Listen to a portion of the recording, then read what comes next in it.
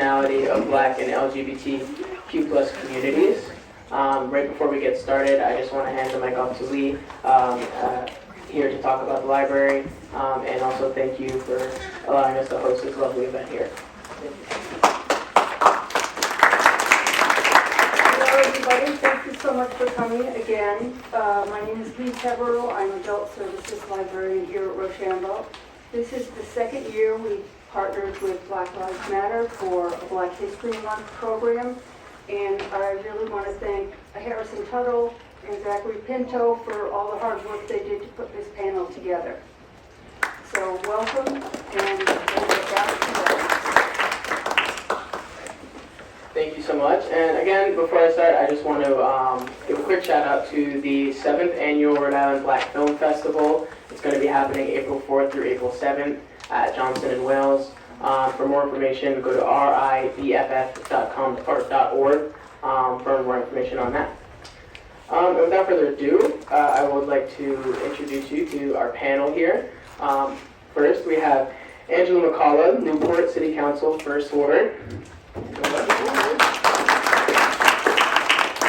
We have Rhode Island Senator of District 6, Tiara Mack. And we have Senior Content Strategist for United Way of Rhode Island, Rodney Davis. Again, thank you to all our panelists for being here today. I'm just going to open up the question, whoever feels comfortable to take it first, and we can pass around. Our first question here today is, how can we ensure that our activism is inclusive and addresses the unique challenges faced by individuals who identify as both Black and LGBTQ+ within the broader Black Lives Matter movement? I can get us started.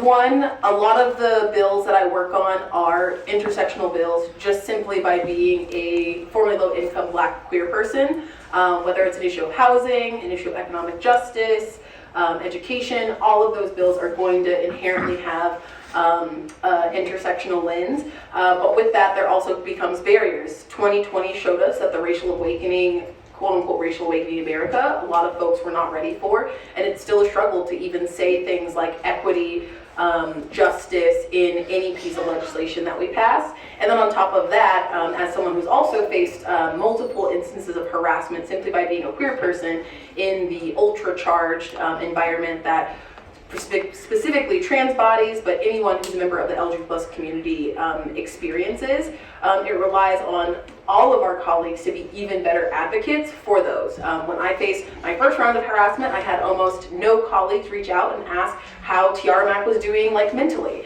During the second round, it was almost like, oh, well, I hope you're okay, but no one's asking about those issues and what does that do, and what does that impact have on actually passing people-centered legislation. I have been able to successfully still pass housing legislation, bills to make a new state holiday in Rhode Island, and several other pieces of legislation that I'm a proud co-sponsor of, but it is consistently showing up in every single piece of legislation and encouraging our colleagues to also be folks who are not going to stay silent for those pieces of legislation or issues that may impact Black and queer people or people who live at different intersections of identities, but it's about consistent advocacy. Like when there's a queer person, they are not the only one who are talking about queer issues.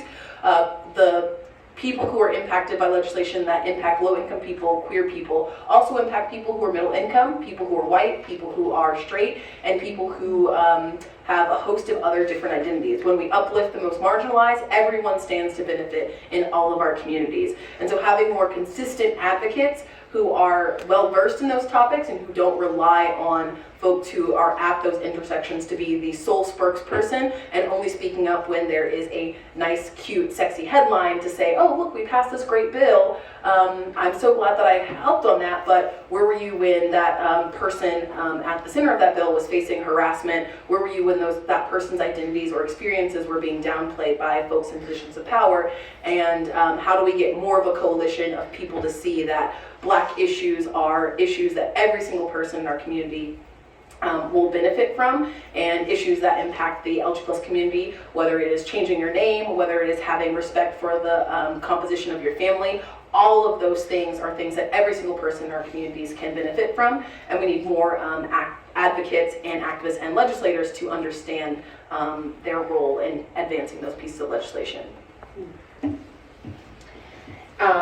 I just want to back it up for a second and ask if folks really understand what the definition of intersectionality is, right?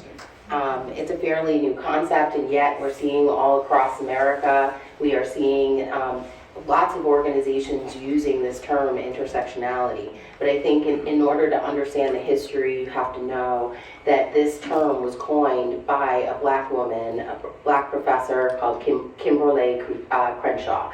And it was really a movement in order to create a movement to support black women. And so when we're talking about those identities, I think one of the best examples that she can sort of do, that she brings up, is having females and specifically targeting within the criminal justice system, right? So when we hear about racial and criminal justice, we often think, so actually raise your hand if you, I'm gonna put a list, or actually, can we do a quick exercise? So I want to ask folks in the room if you are able to please stand. Okay.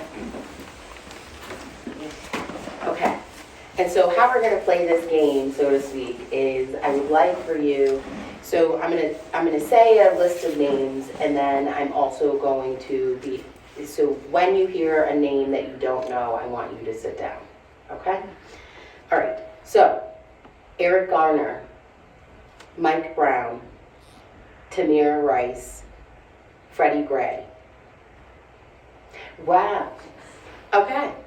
So as we're looking in the room, I want you to also look at your neighbors and see that probably, yes, a couple of people sort of sat down, but we still have a majority that are standing up. Okay. I'm going to read the next set of lists. Michelle Crusoe, Tanisha Anderson, Aura Roussier, Megan Hockaday. Thank you.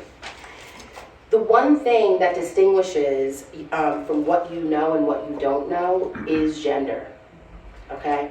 And the level of awareness in regards to police violence that black women express is exceedingly low. And yet we see that there are two issues that are focused here, right? Violence among African Americans, and there's violence against women.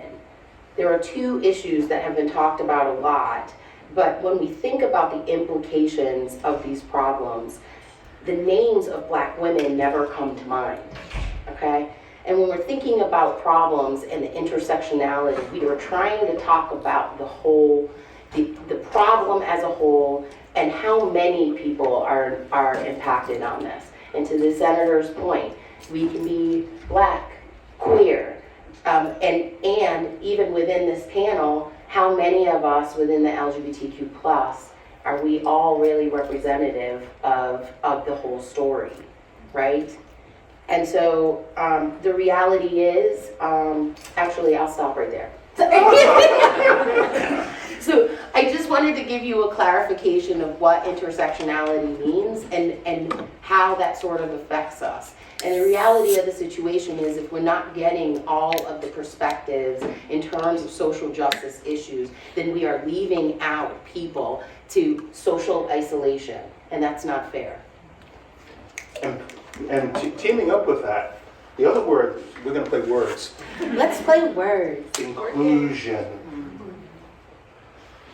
That word sometimes, it is one of those words. It's in deep training everywhere, Jedi training. Justice, equity, diversity, and inclusion. Inclusion often gives me the impression that you have to make space for me. It's a little bit tight. It's uncomfortable. Ray Watson, one time I heard him say this, I said, I'm stealing this. Because when he said, I'm tired of wanting to be included. I want my world to be expansive. segment. And when I think about that, you know, when you allow an individual to have space, allows them to be authentic. And that's where sometimes the intersection we have a problem with. Because when you're your true self, that sometimes is an issue. Whereas if you just, you know, you have to do just enough just to fit in a space so as to assimilate an identity. You know, I'll give you, let me step this back, my voice is ringing. You know, there are terms that are used within, you know, and within the queer community, there are terms used within the Black community. When someone says, well, you can pass, what does that really mean? And as a result of that, we create and take on the shackles that were put on us. We have them taken off and we put them back up, we put it right back on because that's all we know. So I you know, addressing how the uniqueness of it is oftentimes really looking at where we are in that struggle, where we are in that experience. Because you, each and every one of us, are experts of your own experience. And that's the uniqueness that's going to change. It's not the conforming to the environment around you. Interesting, I used to serve as a minister of Jehovah's Witnesses. And when I came out, I had to flee Newport, Rhode Island, where I served. And I moved just 2 streets away from here. And one of the most interesting things moving up here was, boy, do I stand out here. But there's a scripture in the book of Romans chapter 12 that says, do not let the world around you squeeze you into its mold.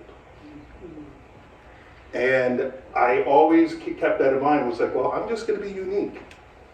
And sometimes that worked, and then oftentimes it was a struggle. But that, in my opinion, is going to help that broader, the question which is like within how we make this broader, is by being who we are unapologetically, every time, every place, everywhere.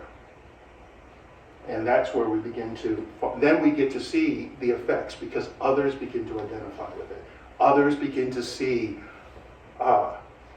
this is where the common denominators begin to click in, and we begin to raise a community. And I think such an important thing you said, we have this thing, I got really heated one time on a debate, we're talking about the Providence Equity Fund and certain ones were going on. I said, why is it that we don't want our communities to be raised up? Like, if my neighbor's white and they do better and I'm doing good, it's a good thing because it's going to create a better world around me, as opposed to, I don't want to hoard and not be expansive. And so by having this mentality and really thinking about that, it will allow us to address challenges, because we're going to have them. You know, when I think about when I came out 1,000,000 years ago, it was a world where, you know, there wasn't even rainbows at Pride. It was pink and black. That was the colors we, you know, we were the Rhode Island. It was a Rhode Island Gay and Lesbian Pride, and then we started adding, you know, letters. And people were like, will you all stop? It's like, no. We have another flag for another group, and that's okay. And so as a result, I think that's how we can both identify and also authentically be a part of the movement, because it's ever growing, it's ever expanding. I would like to add to, so in terms of your question in regards to activism and more inclusive, right? What is the social problem that you are looking at? And in your activism space, is everyone, or as many people there, to be able to talk about how this reflects to the larger systemic problem that's happening? So ensuring, you know, that we have as much voices to be able to tell a very unique narrative also creates systems change. And then I also think about too, as a Newporter, who also works in Providence. Providence is so Providence. And I'm like, I got it. You all love Providence. But what about expanding in terms of your geographical locations? Are you going to show up? So understanding too, like in Newport, we have members. I want to shout out Newport Out members and also the Pride Committee who, single-handedly, we are the first city in Rhode Island to create a crosswalk, a Pride crosswalk. And to understand what's happening and how much fight we had to do in order to have some type of representation, it was a fight, okay? And also understanding that we currently have our civil rights, all of that is a long fight. And so understanding even in Newport, we have teachers, we have teachers in there that are afraid to come out and actually be their authentic self because our schools, some of our schools refuse to put flags and refuse to have the conversation. We know it's happening nationally, right? Burning the books and not being able to talk about things. Or Little Compton that just wants to put a flag on the town hall. Seeing exactly, knowing those municipalities and those communities, we should be showing up to them all, not just in one space. So I would encourage you all to also expand your geographical location as well. I'm going to chime in. I'm not making the drive to Newport. Just kidding. I make it all I've made it. And yes, I've been to the Newport Pride Center. Hi, friend. To get your passport stamped at the moment. I did.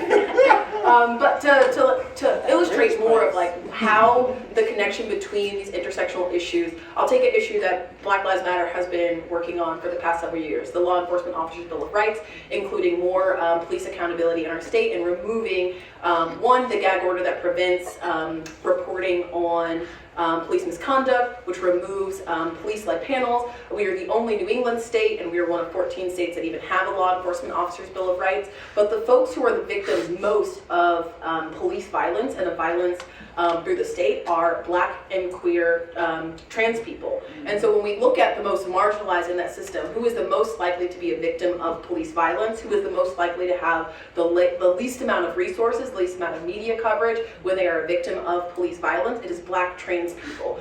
Repealing Leobor is a Black trans issue because the most marginalized in our society, whether they're victims of housing insecurity or homelessness, they are more likely to be on the streets. They are more likely to need to resort to crimes of survival, including theft, sex work, which is a valid form of work and getting your income. But many of the challenges that those communities face are going to be overtly criminalized and are more likely to have interactions with people in the criminal justice and criminal legal system. And so when we take care of the most marginalized Black, queer, trans bodies, we take care of everyone else who will be a victim or is a potential victim of police violence. And for a lot of communities, it's not if, it is when. And so when we address the issue of police violence in this one specific instance, we are addressing Black and queer trans people, but we're also addressing anyone in our state, again, an outlier in New England, an outlier in the United States, who could be a victim of police violence.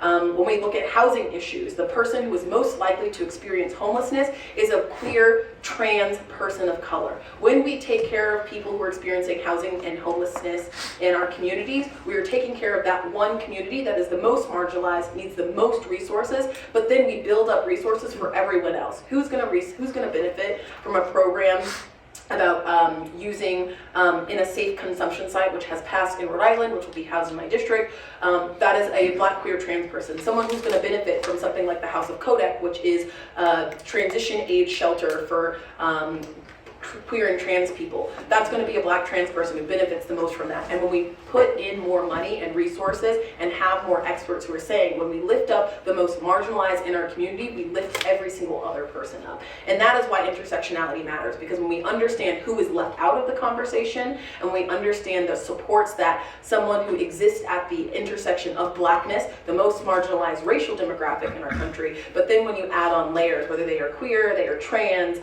they are non-binary, then they also at that intersection experience even more marginalization, and it compounds on itself. And so when we're talking about how Black Lives Matter can show up for that movement, prioritizing and focusing on the most marginalized, building in those programs will inherently impact every single other person, uplifting the Black community, uplifting the queer community, but also uplifting every single Rhode Islander. Thank you all for. Okay. I think that's a rather Pollyanna point of view.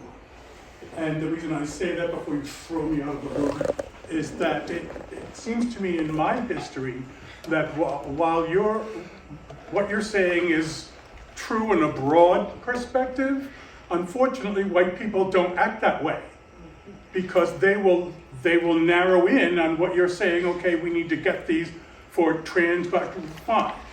That doesn't mean that they're going to help other Hispanic people, or that they're going to sign the same bill for people who are just simply Black but they're not trans, or that they're even going to sign a bill that would help poor Jewish people. No, I shouldn't have said that. But in general, I think there are far too many people in society who might narrow in on the vision that you're putting out there and go, oh, fabulous, that's great, and I'll sign that. That doesn't mean they're going to, that means to them that everybody else is included.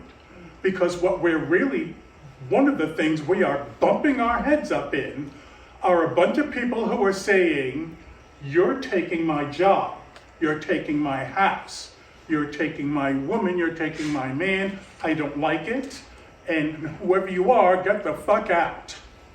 And so I think that's fabulous. I'm not in any way criticizing what you're saying. I'm simply saying that as an umbrella, it's great.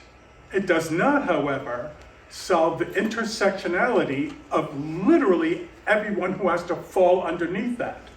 Very much like when Rodney and I came out, we were all gay. Well, not so much anymore. But in order for that to take effect, we now have to have all inclusive all the other flags. And that's fabulous. Excuse me. Sorry, out of courtesy of the time, since we had to start a little later, if you would like to respond to that, you may. But we are going to leave some space. No, sorry, we're going to leave some space for Q&A at the end as well. And can we all respond? Anyone can take that response, of course. Yeah, no, that is a valid response to this idea of inclusion being othering.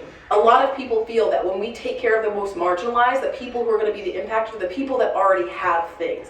But again, this idea that when we take care of the most marginalized in our communities, when we build supports for people who are experiencing homelessness, whether they are Black, whether they are white, whether they are queer, whether they are trans, when we build and intentionally create those programs, we are lifting up every single person. Whether you explicitly say they are queer or Black or not, that is who I am fighting for. And so every single piece of legislation I have, whether it is a bill that explicitly says this is a Black bill, this is a queer bill, the lens that I use in order to create that bill, the lens that I use in order to tell my story to my legislators who may not know a Black person, who may not know a queer person, who may have not experienced housing insecurity like I did when I was growing up, someone who may have not experienced a household where they had to have parents who were working full time but were working paycheck to paycheck.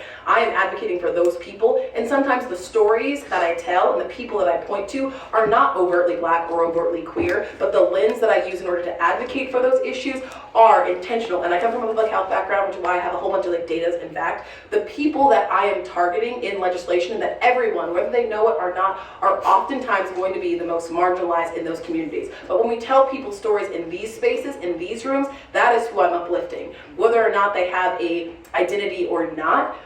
So I think it is a disservice to say it doesn't matter and that people who are outside of those identities won't get it. Everyone wants to feel like they have something. Everyone wants to feel that no one is taking something from them. And that's a mentality that's very US-centric, but giving someone something else or giving someone priority or equity or giving them that leg up is not going to take any other rights or resources from a group that already has them. But again, when we are focusing and targeting the most marginalized in a community, whatever name you give them, whatever identities you give them, we are inherently uplifting others.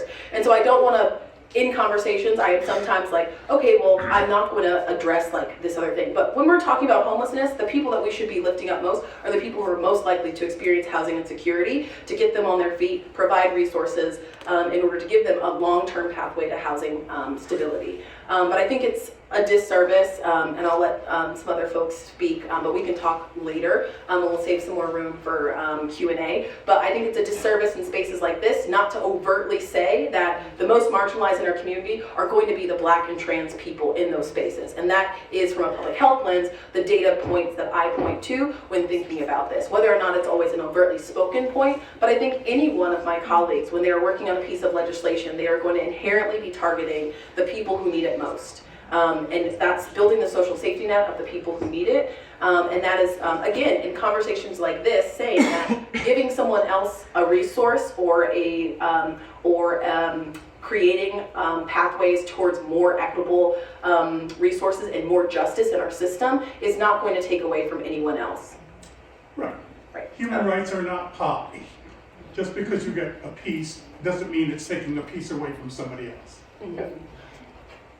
I want to thank you for being brave and being in the space to say what you say, because there are a lot of people that do actually feel this sense of deprivation, right? But we also have to recognize too, in terms, white supremacy exists in many different spaces that are not only inclusive to just white people.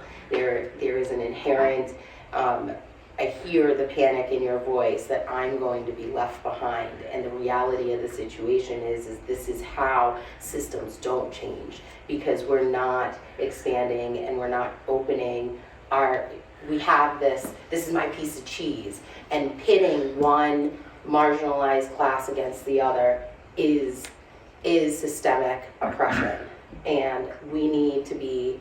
This is why it's important for Black Lives Matter to have these open and honest discussions too, because we need to step away from that mentality and understand, again, our justice can be long, but it can be, we want to grow and we want to expand, and we want to make sure that we are not leaving anybody left behind. Thank you. And moving on to our next question. I would just like to ask, what are the barriers to increasing representation for BIPOC and LGBTQ+ individuals in media, politics, and other influential spaces? And also, what can we do to build stronger pipelines for the next generation of BIPOC and queer leaders? That's a lot.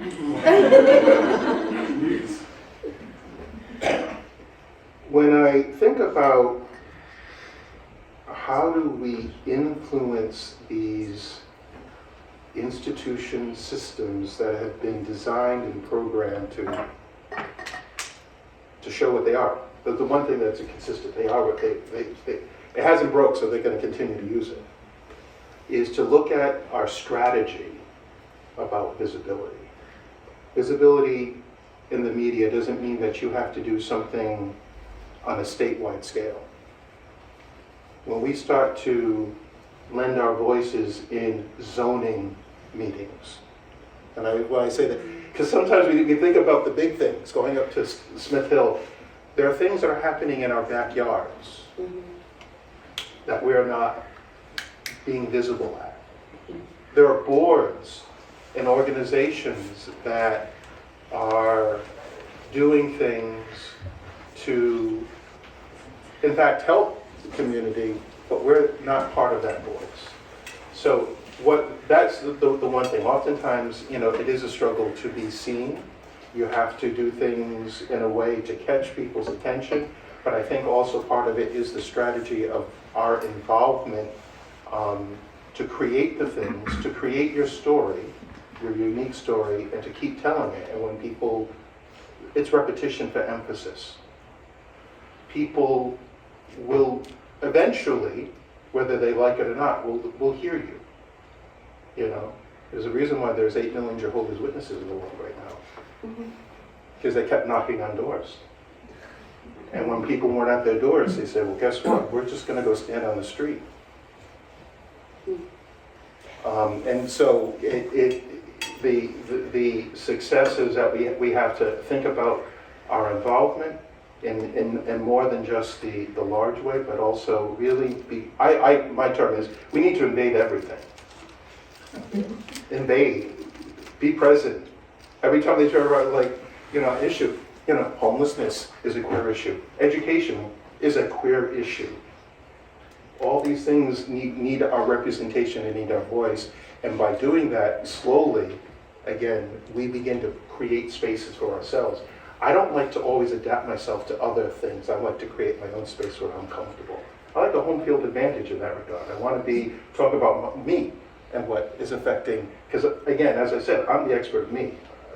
I don't know what your experience is, but I can talk about me, and that result, we're not trying to be fake. And we're being our true selves, and that hopefully will amplify ourselves in these spaces that we're not seeing. I just think, again, just using the narrative earlier, I had made you all do the exercise where you're standing up, and the whole point was, who are we missing, right? And when facts don't really fit into a particular frame, people have a hard time incorporating new facts into the way that they're thinking about a problem, right? In this particular situation, right, I use the example of women who have slipped through consciousness because there are no frames for us, right? For us to be seen, there are no frames for us to be remembered by, and so frames, and there are no frames that overall hold us, right, and our unique qualities. And as a consequence, we have to understand, as a consequence, reporters don't lead with them, policymakers don't think about them, and politicians are not encouraged or demanded to, are not held accountable to speak to these unique issues, right? And you may ask, why does a frame even matter, right? Like, we have these problems, like, doesn't everything, so even if we focus on housing overall, doesn't that matter for everyone? What's the point?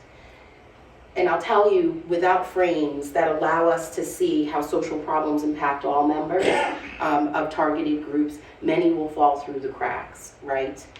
And again, suffer into virtual isolation. And the reality of the situation is, but it doesn't have to be that way. We can create these frames.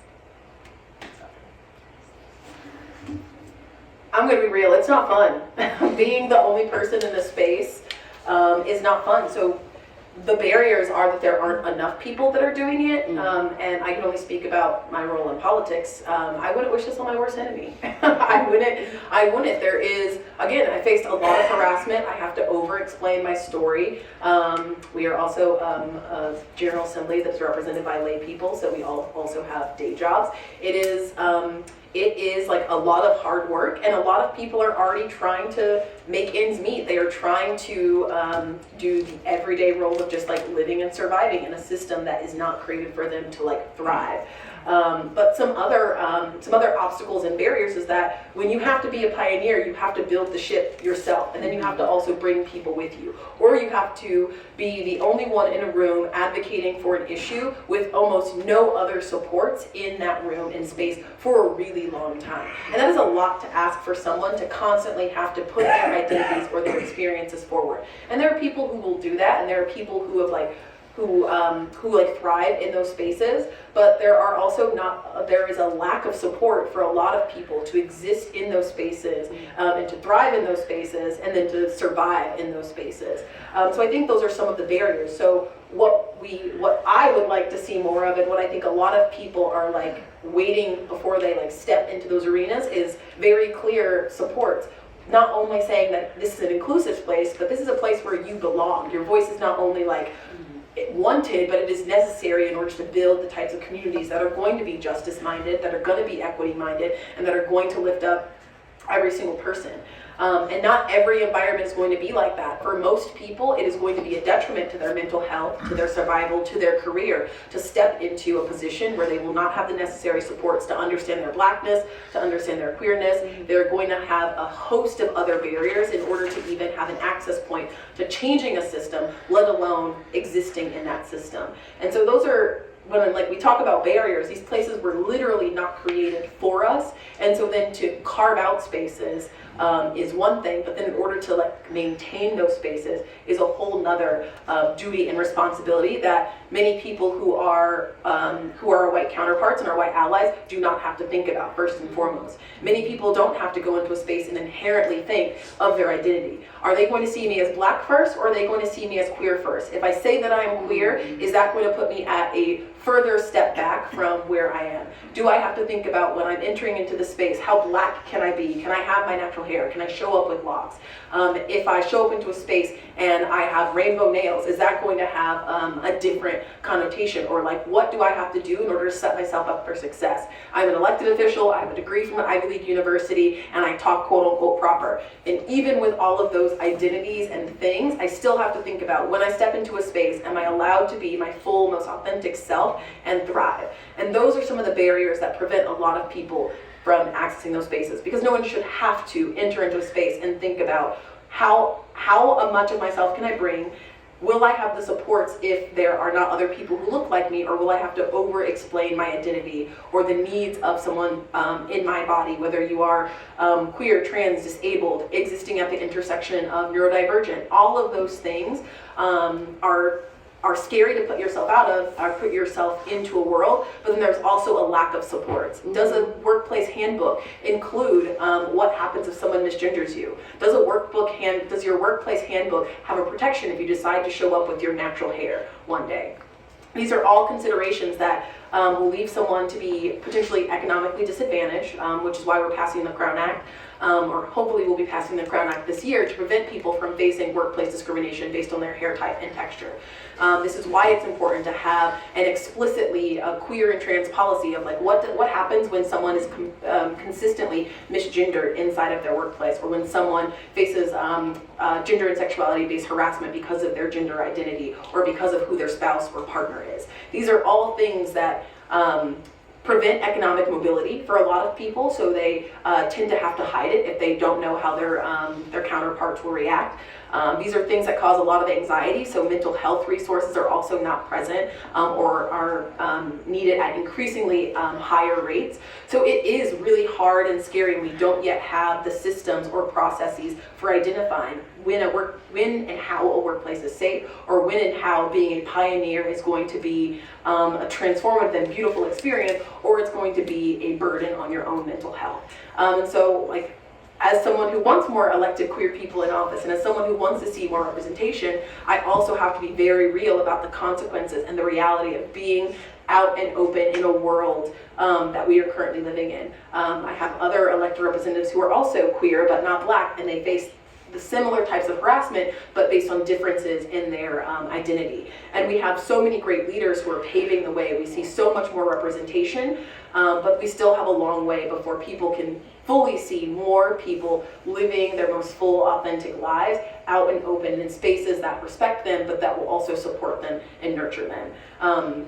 And so while it can be scary, it will be scary, and there's no pie in the sky idea, and there's no it's gonna be great if you enter these spaces. It is hard work, it is consistent work, it's necessary work, it is brave work, it is terrifying work, but it's work that we all have to engage in, not just Black and brown and queer people, but every single person. So bringing in more allies, bringing in more resources, and talking about the realities of what makes it hard, and then what will make it easier. I wanted to say, I'm yes, say. Sorry. All right, go ahead, Roger. And also, can I have that other mic? Because I feel weird just being here. there we go. Okay, thank you. We are blessed by you. Thank you. Because I'm old enough to remember when the concept, the mere thought of having you serve at the General Assembly was fantasy in the world in which and in the Newport City Council. When I fled Newport, and I had to flee, we used to have, it's an interesting thing. I'm going to get going real quick. That being alone, being that lone person, I remember being that lone person a lot. We're tokenized. Right. But I remember one time, I thought about it years ago, you used to have to token to get over a bridge. And I sometimes didn't really appreciate it, and it was like if there was anything queer and black, the Journal Bulletin was calling me. It was guaranteed. And I felt a responsibility to never not represent, because if we didn't say something, we could be quickly erased. And our stories were important. And one of the things that was really interesting coming up here, and especially as a black gay man at that time, we didn't have mentors. And you know why? They were dead. HIV was real. During when the COVID hit and everyone lost their mind, and we're like, oh, we were prepared for this. We have to take care of our people. We can't be afraid. But when I came up here, I had people that I could talk to. And one of the things that you were saying, how do we increase this and influence that, is that we have to mentor and support our own. When you live in scarcity, I find that we act like cannibals. And especially if it involves money and resources. Because that is the way the world forces us to be. And we have to really work hard to resist that. We have to support our people. And we don't.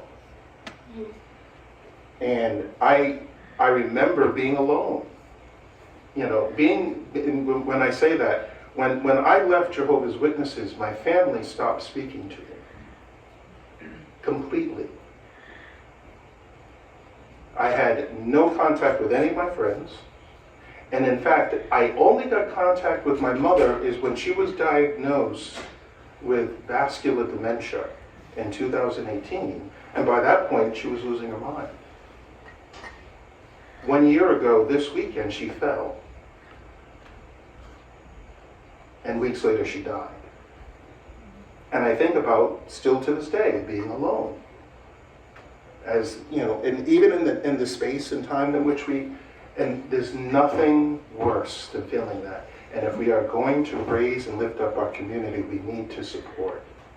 Even if it's difficult, even if I don't understand you, even if we don't agree, I will support you. And that's how we're going to advance ourselves as a family, and not just as a number or a piece of data. Thank you all for those responses. I'm sorry, I just Of course, yeah. I'm getting very emotional, just hearing this, because I'm resonating with everything that they are saying, because we are out here as elected officials, as representatives, and nobody understands what it takes to be brave enough to say the things that need to be said in the room. And nobody understands, even in the back house, how much harassment, how much that we really take just for justice. And to be able to sit there and feel alone. We need you all to show up, because we are sitting there and we are being scrutinized, and we are being brave enough just to be in that space, to say those things. And it hurts when people don't show up. And as much as we're as talented as we are, in our own professions, with our own degrees, and we are highly capable individuals, but we're not miracle workers either. And it's unfair for us to be made the martyrs of the whole situation. And I know for me personally too, I just want to share too, I'm as a black queer woman, I'm fucking tired of being resilient. Okay? Resiliency implies survival. Can I get something else? And how can I encourage other black queer women or anybody else within the intersectionality space to run for office when I'm getting my ass handed to me just for saying the truth? And the reality, or I'm tired of the phone calls of, oh my God, I'm so sorry that happened. That person didn't deserve to do those things when you're being attacked. And sometimes I want to say, fuck you. Why didn't you say something? Why would you sit there and watch me get fucking dragged and not dare say one word when I'm trying to defend everything? And also, I'm also not a monolith. Can you imagine the burden, even as the only black senator, to uphold her community, even for Rodney, as a longtime advocate, to be that person that has to shoulder everyone? It is extremely intimidating. And so we need you all to jump in. Don't let these causes be one silo. We need everyone. That's all I want to say.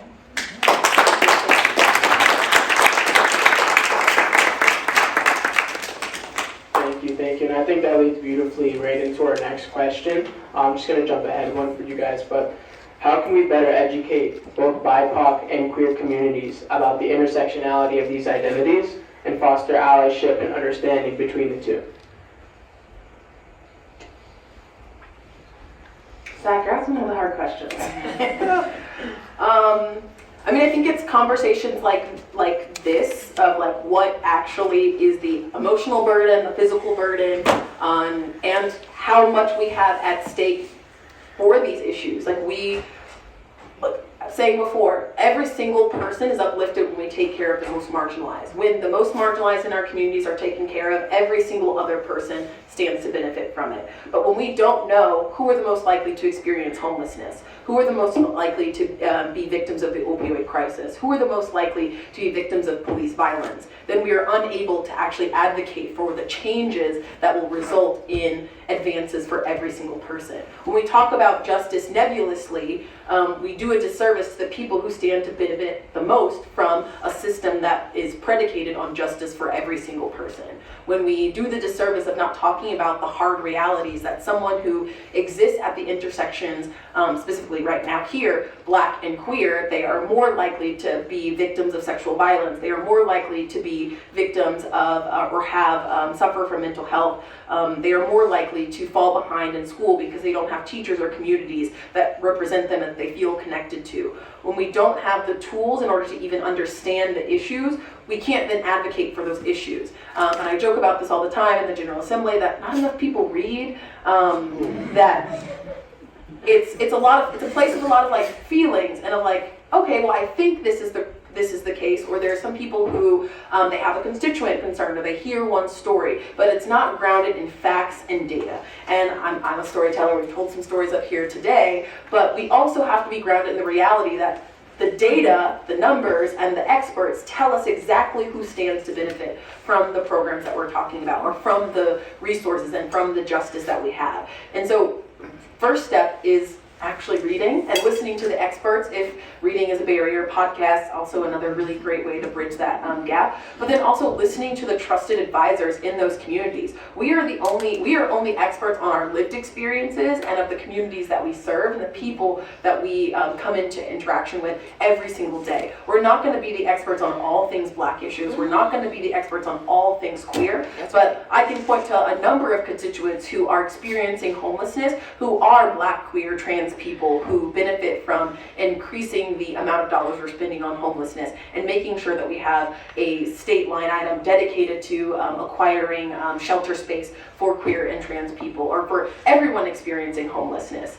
We have experts who know what it's like in order to advocate for the most marginalized when it comes to addressing the opioid crisis. And they exist, again, right in my district, opening up the nation's first state-sanctioned opioid use clinic, which is going to help Black and queer people, and also every single other person who can stand to use a safe use site in our districts. But when we don't have the tools, and when we aren't being students of the work, because justice means that we are students of the work that it's going to take. It's not just going to happen one day. It is a consistent and constant practice of understanding the world that we live in right now and the ways that we get to a better world that we all want to see. And so it is a disservice to the causes that we all support, and it is a disservice to the people who are most marginalized by not doing that work of asking those questions, of understanding the systems before we can actually lead to dismantling it. I like to say that I am an abolitionist in like theory and practice, and how do we get to a world where prisons don't exist if we can't even understand what leads a Black queer person to be one of like 88 people in the women's facility today in Rhode Island? How do we understand dismantling the law enforcement officer's Bill of Rights if we don't understand the data that we are prevented from seeing because there is a gag order on instances of police violence and police brutality in our state, and we're not allowed to report on it? How do we understand addressing the housing insecurity crisis and the rental crisis if we don't even understand through a rental registry who is impacted by rising rent costs and how much have rates actually increased in our state? Those are the things that we have to be able to understand and see, and some of that's advocating for the data. And yes, it's a long and boring process, and it's looking at budgets, and it's looking at huge numbers and policies that don't make sense, but justice means that we have to dismantle systems, and we have to understand how something works in order to advocate for something better in its place. What she said. One of the things that I also think about when we talk about educating is learning from our failure. And we've made mistakes, and they're to be learned. That we should be able to learn from them, adapt, and make ourselves better because of it.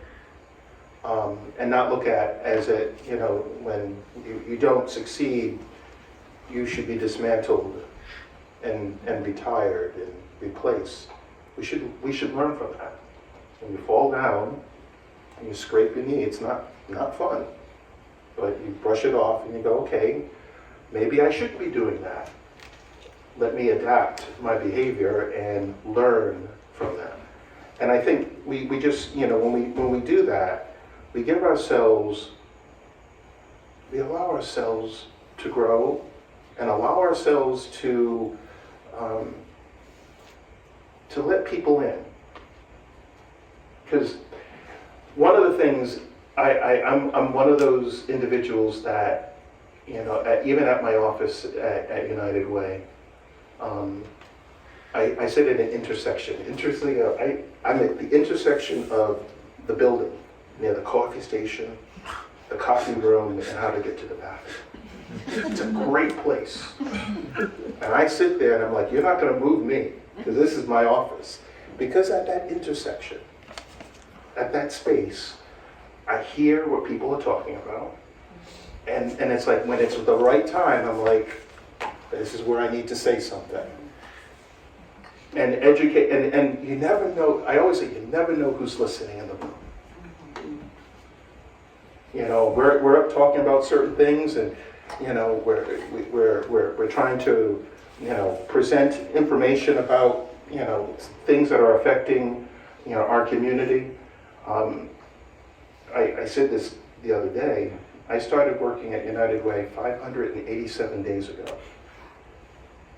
590 days before that, I qualified for food stamps. You don't have a job. And people they sit back, oh. And I said, because, it's tough living in this state, finding a job, being an old black man trying to find a job and going, like, no, they were like, they look at you, they didn't even look at my resume. And I used to put my picture on my resume because it was like, you gotta see it in the beginning. I want you to be a true, authentic self. If you're gonna be a discriminated person, you're gonna see me. And it took me, I got laid off from Big Picture Learning in 2018 and didn't get a job until 2021. Because it's real. And so our experience in being at those places, place yourself in those intersections, I often say. Be in those spaces. Find those spaces, occupy them, and allow yourself to be open to share your story and to say, hey, I made a real jackass of myself on this. Or I did something, working with the legislature. I worked with them in the very beginning on the first comprehensive civil rights bill. And it was a very different beast up there. It took 11 years to get that bill passed. We passed that bill in June of 1995. And when we proposed the addressing the gender issue to that bill, you know what these legislators said? Didn't we already pass that? Because they don't read. They thought they already did it. And again, it provided this opportunity at that point to educate them, to tell, to bring the stories now, bring it to life, and we're able in succeeding that. So never underestimate the power of your story, is what I wanted to emphasize. Your story has power and weight and purpose in educating our communities. Thank you all for your responses to that question. Thank you. Next, I just want to ask, what steps can be taken to address the health disparities faced by BIPOC and queer communities, particularly in terms of access to health care and mental health resources? I thought we already answered that. Aren't we on the last question? We did, but I think we skipped that. Yeah, we ended up skipping over just because it transitioned well, but we could move on to another question. Stop stressing us out, so I have to check my sugar every second. Diabetes is a stress disease. And I also want to honor people's time in this space as well. Yeah. So I don't know, are we over? No, we have until 8. Oh, Yeah. okay, well, never mind. Okay. Thank you, Lynn. Thank you. No, but and I joke with that. Come on now. My doctor, we're talking about the issue of diabetes and health. And so we had this conversation about, let's talk about how people eat. The most primal way of our survival. And when food costs as much as it does, you're going to eat what you can eat. And so if you don't have a house, and you don't have a job that pays you a fair wage, and if you're not given the opportunities for advancement and growth to thrive, you're going to have, these are the natural things. The hip bone is connected to the leg bone.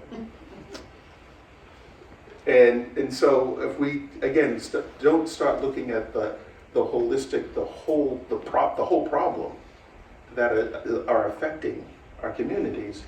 And sometimes like in communications, people send out these large emails and hope to get people to come and support group. Technically, you should never do that. You should target the source. Who are you talking to? And talk to them. And when you do that, you're able to affect the entire body, as you're saying. If you focus, you see a need, we're going to do this, and guess what? My doctor, we were joking, he says, if you just lose a few pounds, what's going to happen? The rest of your body's going to respond. You're going to become healthier. So, it really is looking at all of these issues that are impacting our communities that are resulting in these physiological manifestations of health, mental health, and we're seeing, these rates just skyrocketing because we don't really want to address it. And if we don't address it, when we put our head in the sand, it's not going to go away. It's only going to get worse, like an infection that's untreated, and then the body dies.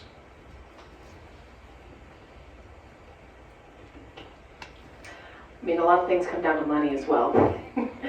Investing in programs, again, is looking at state budgets, mental health resources, especially for school-age children, K through 12, is a huge area that we need to focus on. And again, understanding the problem and like where health disparities also exist.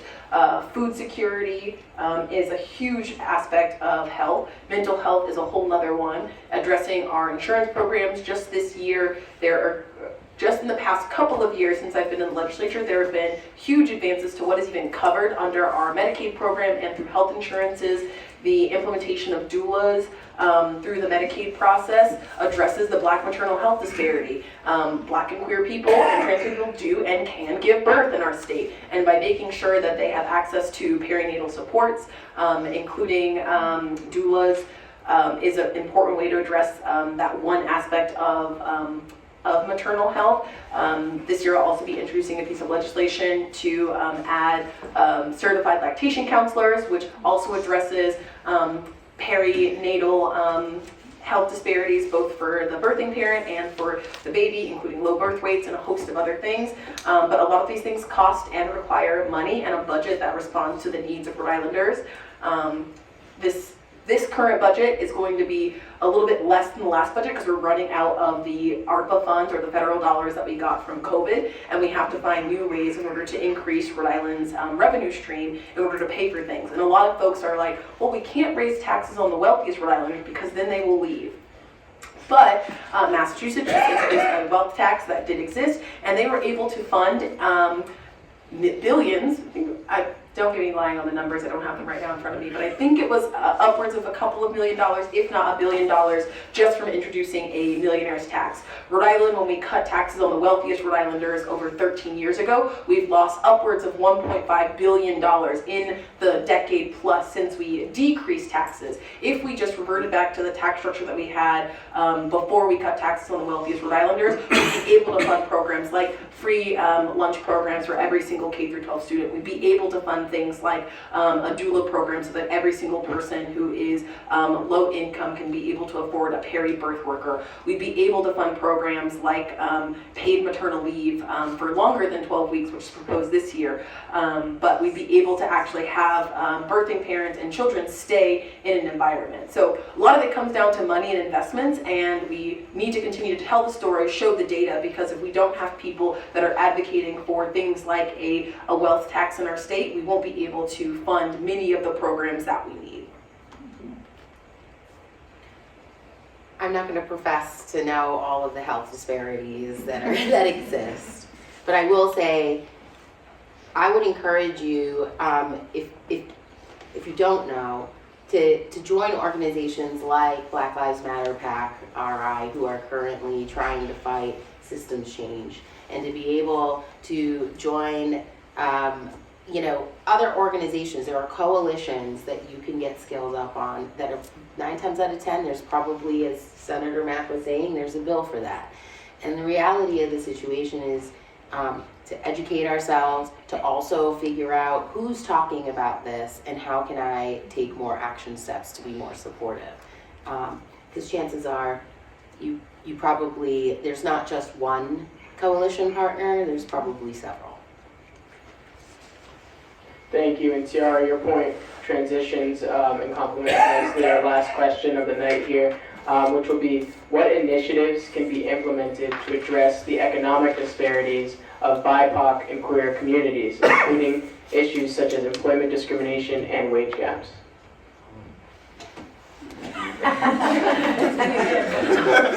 Give people money. But seriously, we have a pathway of $15, which will reach in 2025 in Rhode Island. but the living wage calculator from MIT says that a Rhode Islander, in order to be able to afford a 2-bedroom apartment and in order to survive, needs $29.76 or $29.75, something much higher than the $15 that we will get to in 2 years.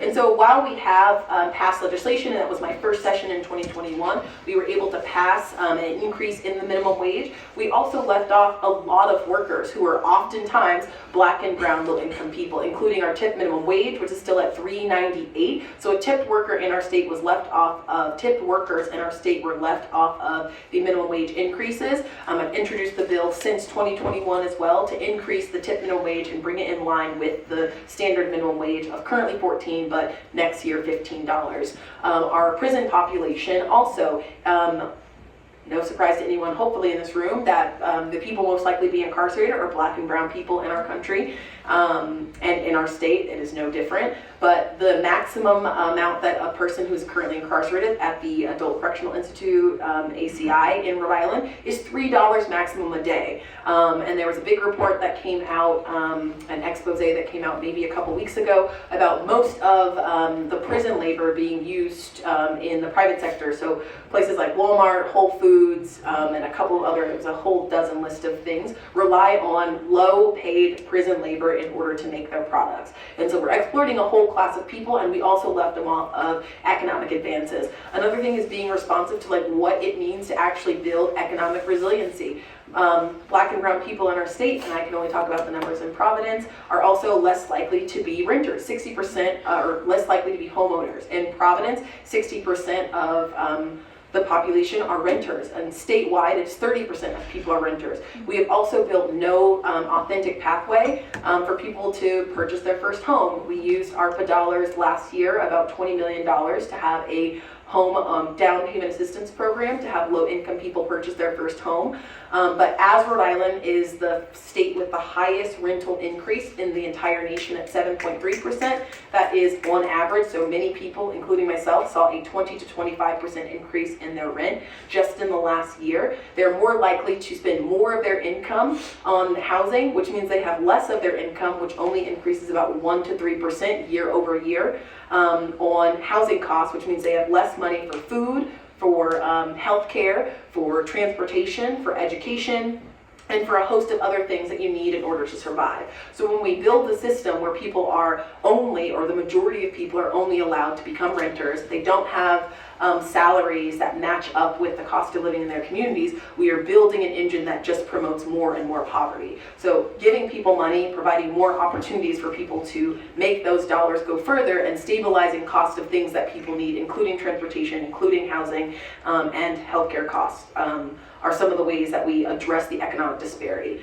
Another thing is actually making sure that state contracts are allocated to minority-owned businesses. There is a proposed law that 15% of all state contracts have to go to minority-owned businesses or women-owned businesses, but in that, and this is another side note, there's no specification that those businesses also have to be LGBTQ+ organizations. And so when we say that we want 7.5% of all state contracts to go to Black and brown organizations or to woman-owned businesses, we have no requirement that they also have that additional intersectionality of being queer organizations or queer businesses that are less likely to have state contracts and that are less likely to be able to bid competitively in an RFP process for state dollars. And so building economic resiliency is making sure that we know where are the avenues for people to gain economic stability and money, and how do we build a pipeline to get more people who are the most marginalized into those programs that already exist, and advocating through that through state legislation. Okay, that's from the state perspective. I just want to simply put, it is a fact that our zip codes determine a lot of the outcomes of whether we're going to thrive or not. I think about economic disparities in terms of zoning, and how certain individuals are often intentionally through redlining that happened, and that still continues to practice on today. It's a classism issue as well, with different socioeconomic statuses that still remain in concentrated in certain sectors, and how are you supposed to ever thrive when you're never exposed, or your community itself is isolated from other communities. I think also sometimes too, like we pay attention a lot to the state and also what's happening federally. I can probably ask people, but if I ask you what's happening in your backyard and what's happening, most people can't even answer that. And by the way, I'd like to say, if you've never been to a city or a town council meeting, you should go. It's better than Bravo TV. And the reality is so much that you can control too, and so much that happens systemically, like happens in your own backyard. And so even for a community, I oversee everyone from the CEO, Fortune 500 retiree, to the housemaid, or various sectors in hospitality, the workers, the laborers. And I think that when we're talking about communities with economic disparities, and also thinking about health rates in regards to the highest concentration of asthma is a big thing. Our children are not able, because they're often living in highly commercial and industrialized areas. Do we understand environmental justice and how trees and open space can really change, also help to change the trajectory of our health disparity outcomes as well? And I would just ask that you look, there's a lot that you can do within your own community. So whether that's being able to serve, so you can't run maybe as a politician, but there are boards and commissions.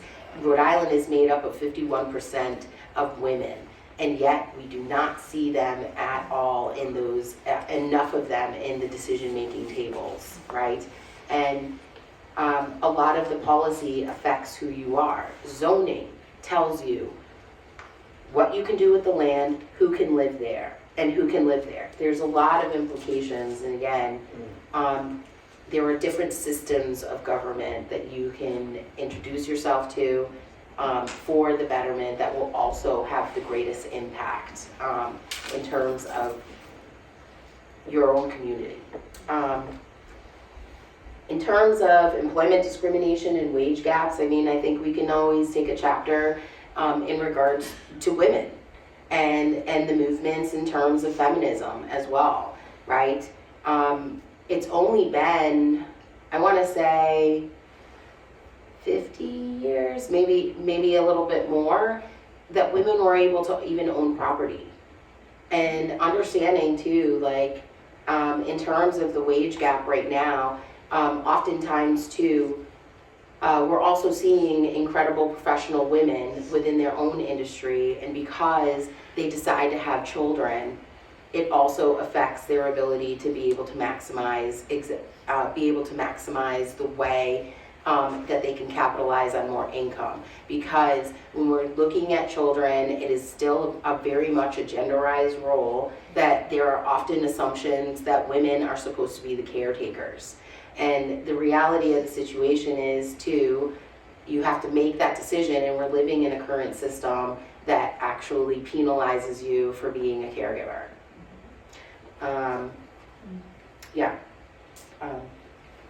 Sorry, okay, No. that's it. You know, the fight for reducing, closing that racial wealth gap is a marathon. There's no add water instant solution here, and it's going to take time. But I do want to talk about something where we can benefit right now. Do you make $63,000 or less, and have you done your taxes? If you have not, I want you to get your taxes done for free.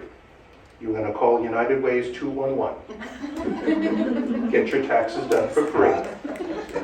Because the earned tax credit, income tax credit, and child tax credits that all these other folks know how to play the game, and we don't know how, we just like, oh yeah, I'll just do it, and they're learning, oh yeah, you can deduct this to do this, and this, and they walk away with money. I want you to call 211 and get your taxes done this year. and get your fair share of the work. We got, in the state of Rhode Island, I think it's close to $17 billion came back to taxpayers in the state of Rhode Island. That's a lot of money.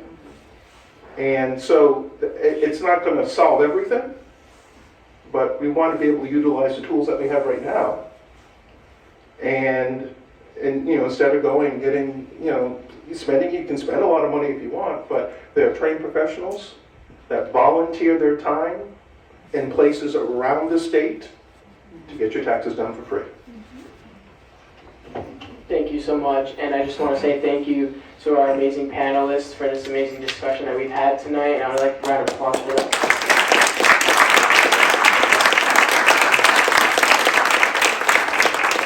And tonight, just before we open up the panel for question and answers, I would like to bring up Harrison Tuttle, President of BLM RI PAC, to talk about some important issues that we heavily support. Y'all don't need to clap for me. Yes, we do. Y'all don't need to clap for me. Quickly, wanted to provide a space and opportunity for a situation that came about tonight that was unexpected.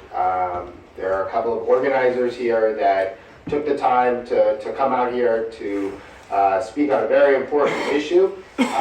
So on your seats, you can see there are a couple of flyers. If not, I'm sure it can be passed around. But I wanted to provide a couple of members who are here to stand up and speak on an issue that I think is incredibly important.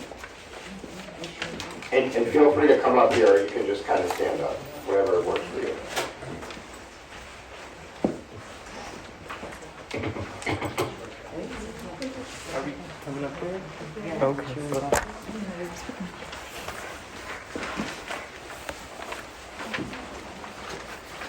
Good evening, everybody.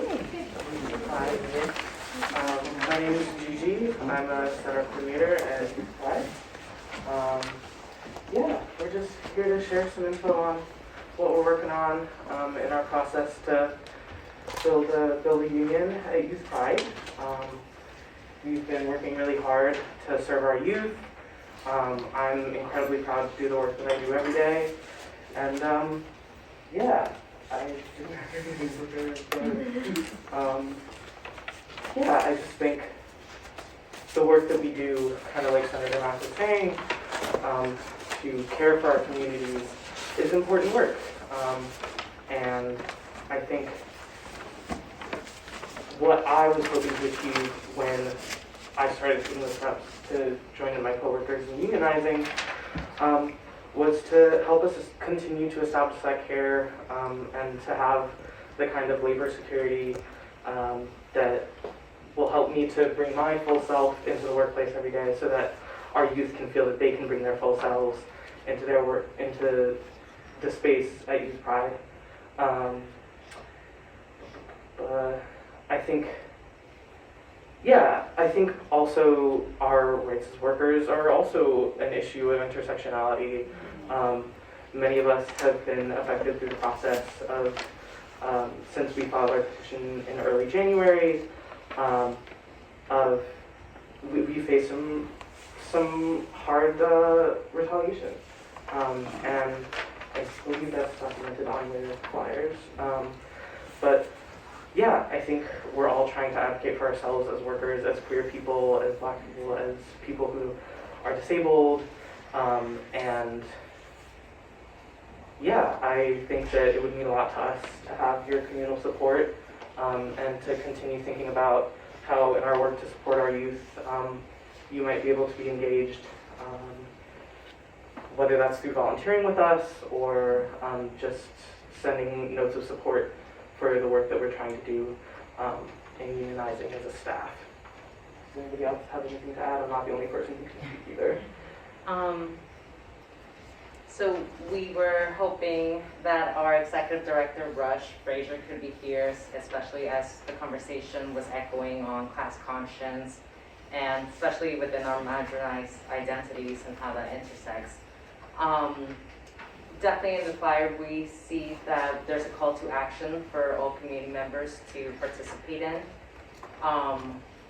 One of those retaliations has been unlawfully firing me, a peer navigator who works with so many on-house folks, and another co-worker who their internship has been removed. All of this is retaliation from us unionizing. And in the pamphlet, you can see that we're just calling call to action to email our board of chair directors. I believe his name is Scott. Since we try to reach out in a very peaceful manner to our executive director to reactify their illegal actions and retaliations against us, but I know we need more support from everyone to get this rolling before we start bargaining our contract.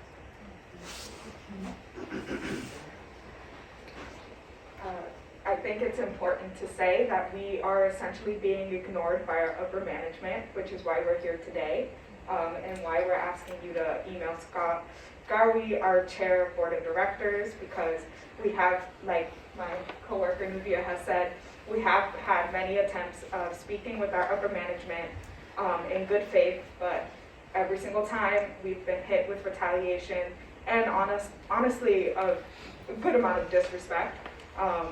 And that's why we were here today, especially because of everything that this panel has talked about. It felt as though this was the right place to come and tell our story and have our community uplift us as well. I just want to say too, thank you for being the pioneers on this, and also everybody loves equity until you start asking for things, right? Exactly. And then just for the lay people in the room, such as myself, tell me about unions. What are you asking for? Why is this? And you don't have to be the spokesperson. Yeah, we could. Share the makeup here. One of the things we would like to see is wage increases. It's like we've talked about it today, like finding a place in Providence is really hard right now. I've seen places that ask you to make 3 times the rent. I don't know about anybody in this room, but I don't make anywhere near 3 times the rent. I think also just kind of, does anybody have stuff? I think Why is why we're unionizing? unionizing as a collective body, we found that our voices were being silenced in our decision making in a space that is largely geared towards youth.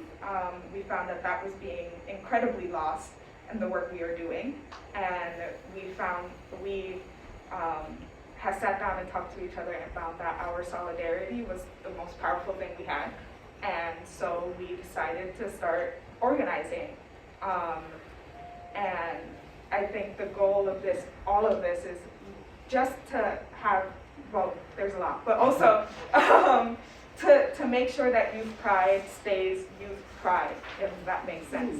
Right now, I personally can speak on, as a youth that was going there and now is working there, it feels incredibly different. It does not feel like a home where youth have a voice in there.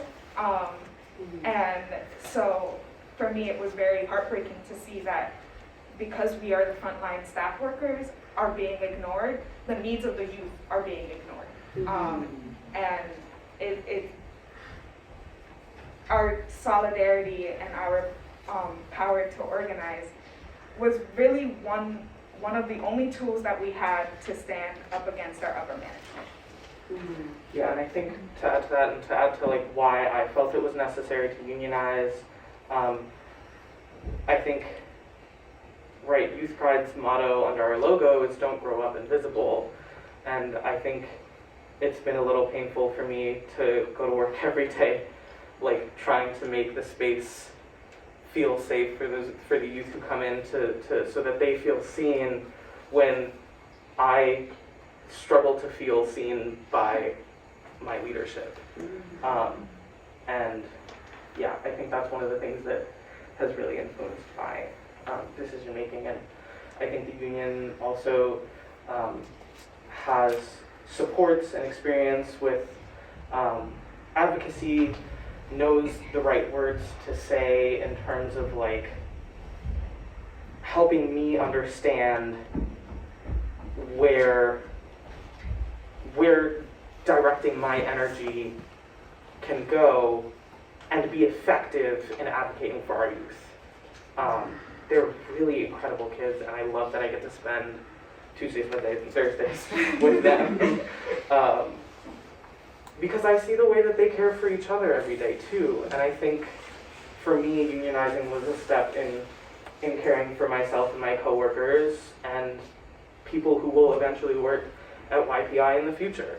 I want them to feel secure in the work that they do. I want them to feel that they are capable and supported by the organization that has all these values of leadership, of compassion, you know, and I want what I believe the organization could be to be what it is, like every day, for us and for our youth and for people who will eventually work there. And I think that's something that unionizing is going to help us work towards. So, what's your ask? Yeah. I mean, at the moment, we're asking people to email SCA before Wednesday, since we are we're negotiating soon, and just get eager, because we definitely want, besides pay equity, transparency and safety. From our experience, when we brought things up, it was creating a hostile and a very threatening workspace. And as a result, I got fired, and as you can tell by what's written in there, it's illegal labor practices. And I mean, we're supposed to be role models for the youth, and if this is how our upper management is acting, we definitely want to have that resolved so it doesn't leave a long sour taste in our community. I think another specific ask might be to either email Scott, contact Rush, and ask them to reverse the two most directly harmful actions of late, which include Nubia's termination and the revoking of Cy Bedrick's internship. They are a master's in social work student. They're disabled, and it's been really hard to see how it's been impacting Cy for me, because I know that their capacity is so limited, and I do love working with them. They make me feel better at I'm better at my job. They make me feel more confident and supported, and to see that all of the work they do as a case manager was kind of tossed out, was hard. Tossed out is a good word, because it with the termination of my coworker Nubia here, which happened a while ago, but that meant that we lost the Spanish speaker in our building. And so I am the only Spanish speaker left in the organization, the entire organization. And all of the Spanish speakers that were working directly with Nubia got no support in transition. I am not qualified to do Nubia's job, so I cannot do the peer navigating that she was doing prior to her termination. And that left almost all of our Spanish speakers without someone to talk to in the space, without someone advocating for them. And at the end of the day, it really caused like a really big hole. We have a lot of our Spanish speakers stop coming into the space. Yeah, it's been really hard to have youth who we haven't seen in a while come in and be like, "Where's Nubia?" Because what do I say to that? Yeah. You know, I miss her. I miss having you to work, and I mean, it's been disappointing. One of those things that we talked about is that we try to reach out to Rush. We had previously told some community members to call Rush, and to no avail that has worked. And I have received word that they just respond back via email saying, "We will survive without Nubia, do not worry." It had nothing to do with the union. And I think that's a very vague and unresponsive to our demands as well, with the letter they posted on the YPI Instagram, not being direct to what was going on and just being dismissive by saying, well, we get paid competitive wages.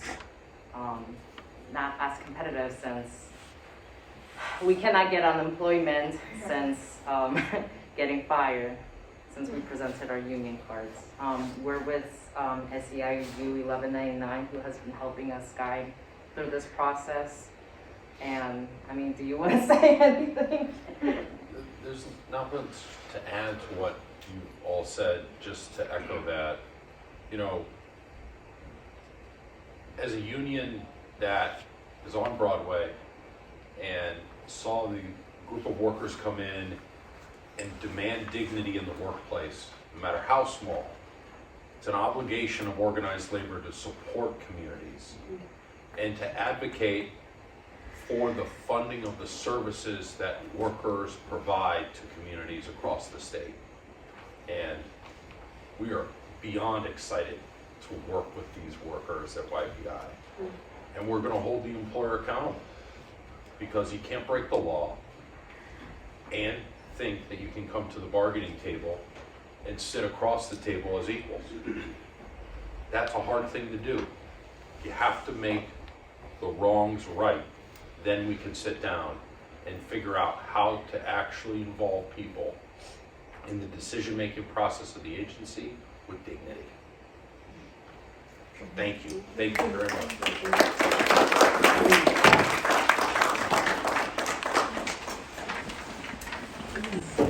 So Rodney, Angela, Tiara, they all talked about what they feel on a day-to-day basis and the fact that we need our community to show up. So this is a perfect example of a situation in which we're talking about it, but we need to follow up with action. And so I appreciate y'all coming up here to talk to us about your situation. With that being said, we're going to open it up to a couple of Q&A questions. Feel free to raise your hand and be happy to pick on you. If not, feel free to stay and talk to any one of us, talk to each other, and happy to answer any questions that y'all might have about upcoming actions, whether to do with the State House or just upcoming events that we're holding. So does anybody have any questions? Go ahead, brother. Hi everyone, so my name is Daniel, and my question, although it feels very heavy to ask, I also feel like this is the space to actually ask that question. And I heard from TR a little bit about mental health, and so my question is like, how do you navigate when we talk about intersectionality, not just being queer, Latino, a person of color, but now we're like also seeing our reality as like from an international view with technology. And so how do you cope with your mental health knowing that there is currently communities that are being attacked, and like how do you continue to thrive and shine knowing that suppression lives within us and continue to exist? And so yeah, that's kind of my question, like how do you actually cope with that and speak to it, or it's like how do we show support? Well, I've been in therapy for 7 years. My most long-term relationship is with my therapist every week, consistently. And I mean, it's silly to say like self-care, but like taking time to like actually like unplug. I am no longer really on Twitter because it's a terrible, terrible place. And I hear it has a new name, but I don't know what it is.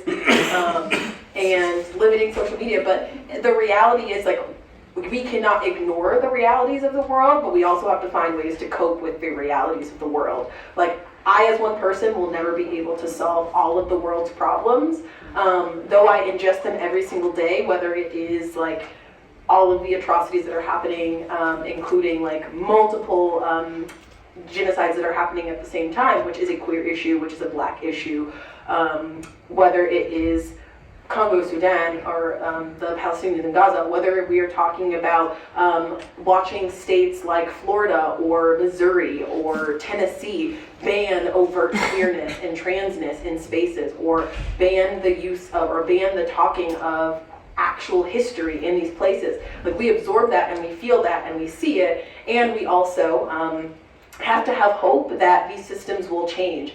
And that hope comes from the action that every single day that I am in office, that I am doing this work, I have the hope and I have the belief that that actually matters, and that by doing that work, whether it is small or whether it is like one thing, changing like a word or making a state holiday or allowing for like 5,000 people to have an eviction sealed and have more opportunities for housing, like that actually tangibly matters every single day.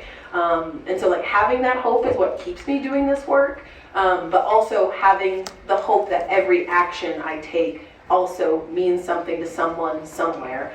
But again, therapy matters, building intentional community. I'm so glad that there are spaces to be like overtly queer in spaces. The State House is not a queer space. I hope that doesn't shock anyone, but the State House is not a queer space.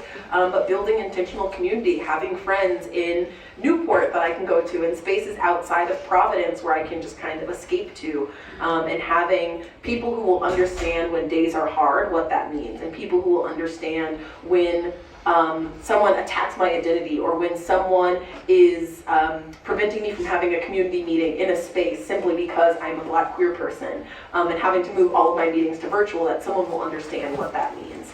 I hope that answered the question, kind of. Yeah. I think also something that just to narrow in a little bit more on that focus is that it might be possible to get a therapist if you have health insurance. If you don't have health insurance, I think that there's a state line that you can call where they can refer you to somebody. And it's sort of irregardless of how much money you have, or a sliding scale, or whatever, but that's actually a really important thing to reach out for, because when you're in a space where you're feeling hopeless, what you really need is basically a professional that you can sit down and just let it all out, and they can just help you with that and help bolster yourself back up so that you can step out into the world, so that you can have the confidence to talk to your friends or to your family or to people that you feel are going to understand you, and that's how you build up your hope. Yeah, no, thank you. And I just like wanted to add to that I wasn't speaking just for me, but like in the most marginalized communities, you can't even have access to mental health care. So, like in those cases, when we're talking about intersectionality, like how do these people cope with mental health if they can't even access their primary care? Well, that's a really serious problem, because there are a lot of people who are people of color who do not have any access to health care of any kind.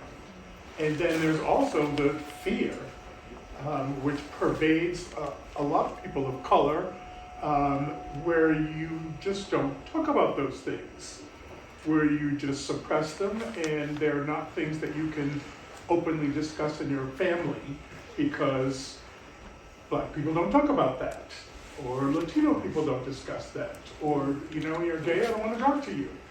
And so in that instance, then it's really important for you to step out of that, or for them to step out of that, to find someone that they can talk to or read, which is also helpful, or even just to sit down and write in a journal. Write your feelings down in a journal is one way of getting them all out, so that they're not just all festering inside you. Can you please repeat the name of the organization or Health Source RI, if you don't have insurance, you have access to free insurance, essentially. It's about the sliding scale, like monetary base, et cetera. Any other questions from the It's audience? not great, but it's something. Let me try to find what you shows. So I know there's a lot of discussion about like people showing up, like trying to get people to be in this space. So I guess my question is, what's y'all's advice to young generations like my generation and people younger, where a lot of people don't really believe, like they're not interested in politics or even like social justice involving themselves in it because they don't like see the political system kind of as a joke. Like, what do we say to those people? Like, how do we get more people to be interested in showing up? Politics don't care about you whether you care about it or not. Like, the system's gonna work against you whether you care about it or not, and civic engagement is not just voting. Civic engagement is not just going to the state house. Civic engagement is not just like calling up your elected officials. There are different entry points in order to build the world that we want to create. And I don't want to like respond to this, but like actually showing that civic engagement is beyond the vote. Like by the time you get to the vote, it's too late to actually have a say in building the system or the world that you want. But there are other entry points for people, like everyone has a stake in housing, especially if you're a renter. If that is something that you care about, there are actions happening right now, whether it's with Reclaim, Providence Organization of Workers and Renters, Direct Action for Rights and Equality, and a host of other organizations that are organizing tenants and organizing for a rent freeze in Rhode Island. There are state level pieces of legislation that are advocating for folks to have rent freezes, the right to counsel, the right to just cause, the right to habitability, the right to be free from discrimination.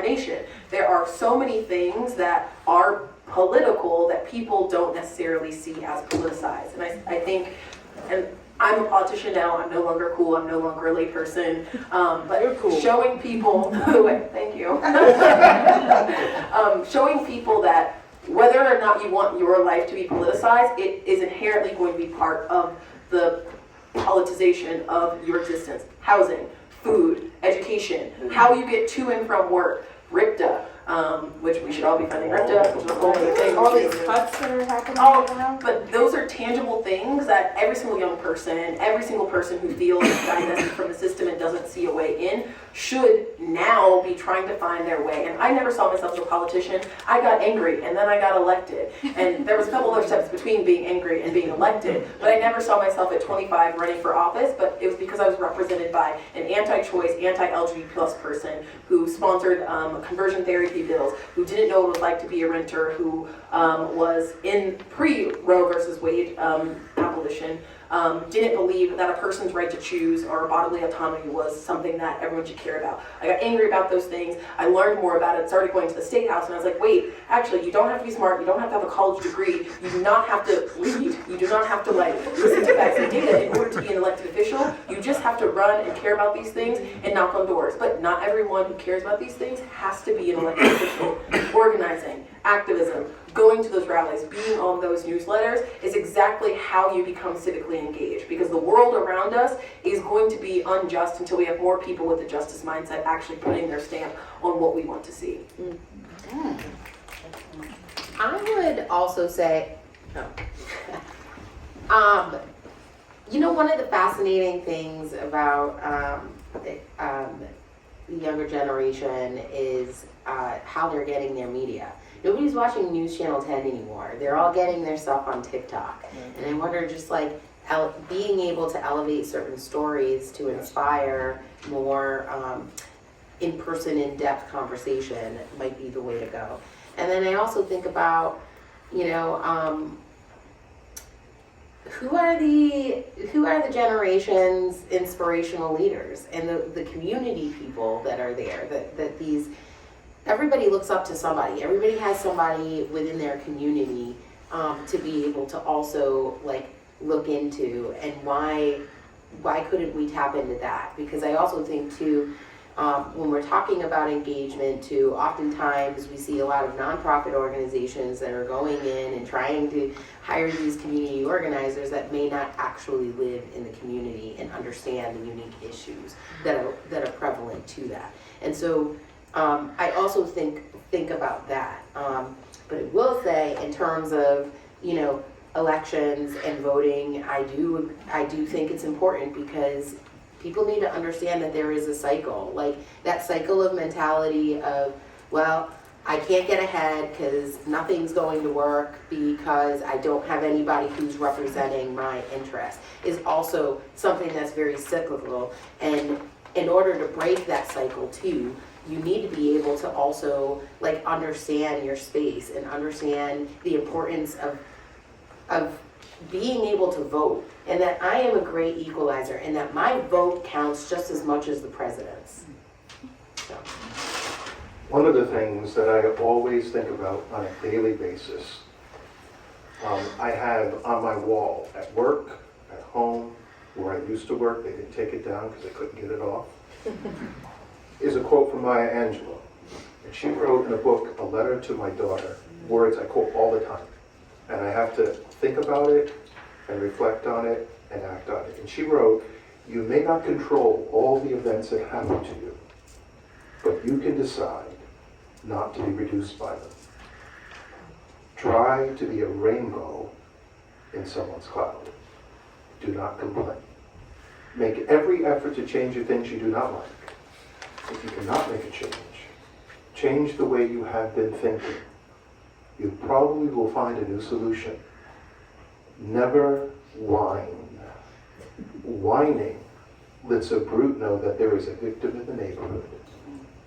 And be certain that you do not die without doing something wonderful for humanity." And I think about that every day, because we are faced with these things. And so looking at the battles that I know I will not win, I sometimes choose not to fight and give myself that space. We don't always have to be martyrs in this fight. And sometimes we need to think about that. Because there's every time we get out of bed and put our feet on the ground, we know there's a fight. Just to stand there. But to take that time to say, maybe the fight I need to show up is going to show up in my art. Maybe it's in my song. And I need to lean into that and provide, again, create the space that you feel is important for you to be at and to have influence and to bring people with you. One of the things that at United Way we do this thing is Clifton Strengths. My number one thing is connectedness, because I like to create community wherever I go. If I can't find it, I will search you out. I will find community, build that community, build those people around you to lift you up. And it doesn't have to be just in it, because guess what? Those politicians are the ones that are also in art, those art museums. They're getting their funding. If you look at money streams, you see what is funded. It's all connected by the same folks. They influence the things that they want, the projects, the things that they like. Show up in those spaces. Let your light shine, so to speak. Let your talent be there.